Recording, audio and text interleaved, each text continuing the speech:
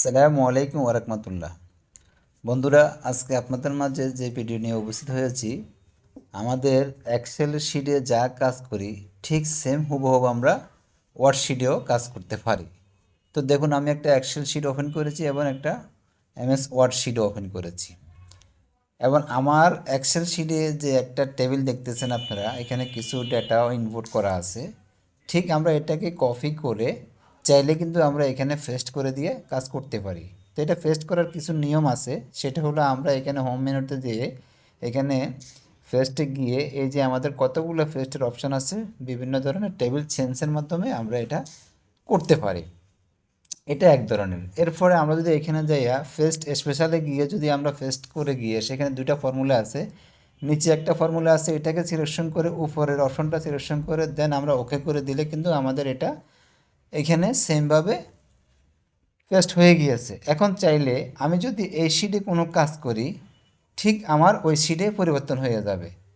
তো দেখুন, আমার এখানে এই হেডে আমি লিখলাম 1 2 3, আর আমার এখানে যেটা ঠিক হয়ে যাবে সেটা যদি আমি এখানে রাইট বাটন ক্লিক করে এই যে আপডেট লিঙ্কে যদি আমি ক্লিক করি, ঠিক আমার এই শিটে এক্সেল শিটে যে 1 2 3 লিখেছি ঠিক সেটা এখানে আপডেট হয়ে যাবে।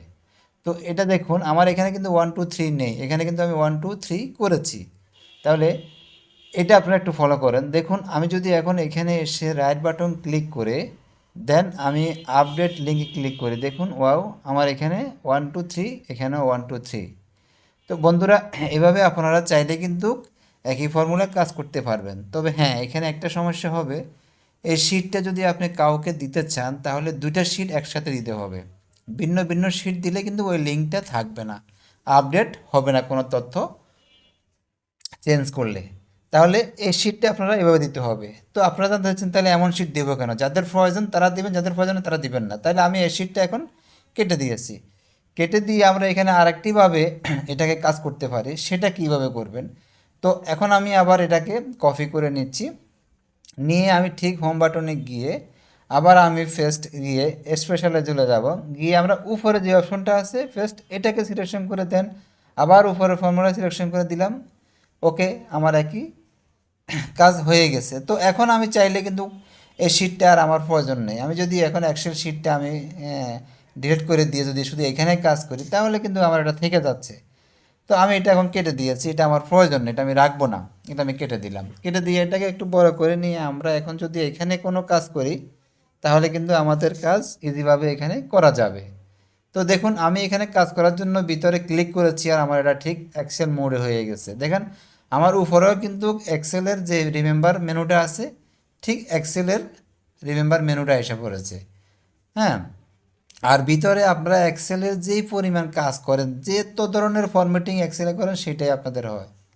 দেখুন, আমি আবারও বলতেছি, আমার উপরে মেনুবার দেখুন, এক্সেলের মেনুবার হয়ে গেছে আমাদের। এটা ওয়ার্ড না, যদি আমি বাইরে ক্লিক করি দেখেন এখন আমার ওয়ার্ডের মেনুবার তৈরি হয়ে গিয়েছে। তাহলে বন্ধুরা, আমি একটা এক্সেল শিট ওপেন করতেছি, দেখেন সেটার কেমন মেনুবার, আর এটা ক্লোজ করে দিলে দেখুন ওয়ার্ডের কেমন মেনুবার। তাহলে আমরা ভিতরে ডাবল ক্লিক করলে এক্সেল মোডে আসবে একে, আর বাইরে ক্লিক করলে আমার ওয়ার্ড মোডে আসবে। তাহলে আমরা একই শিটের দুইটা শিটের কাজ করতে পারতেছি। ঠিক আছে, একদম যেই ধরনের কাজ আপনি এক্সেলে করতেন ঠিক সেই ধরনের কাজটা এখানে হবে। তো বন্ধুরা, আমি এখন এই শিটটা কেটে দিচ্ছি।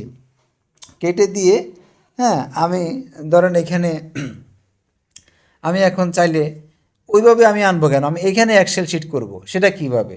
শুধু সরাসরি এই শিটে করবো। তাহলে আমরা ইনসার্টে গিয়ে টেবিলে যাব, টেবিলে গিয়ে ঠিক দেখেন এখানে টেবিলের একটা এক্সেলের একটা ফর্মুলা আছে, আমরা এই এক্সেলে ক্লিক করলে আমাদের দেন এখানে এক্সেল মোডে তৈরি হয়ে গিয়েছে। তাহলে সেমভাবে আপনারা এখানেও কাজ করতে পারেন। তো বন্ধুরা, আজকে এ পর্যন্ত। তো ভিডিওটা কেমন লেগেছে অবশ্যই আপনাদের মূল্যবান মন্তব্য আমাকে জানাবেন। আসসালামু আলাইকুম ওয়া রাহমাতুল্লাহ।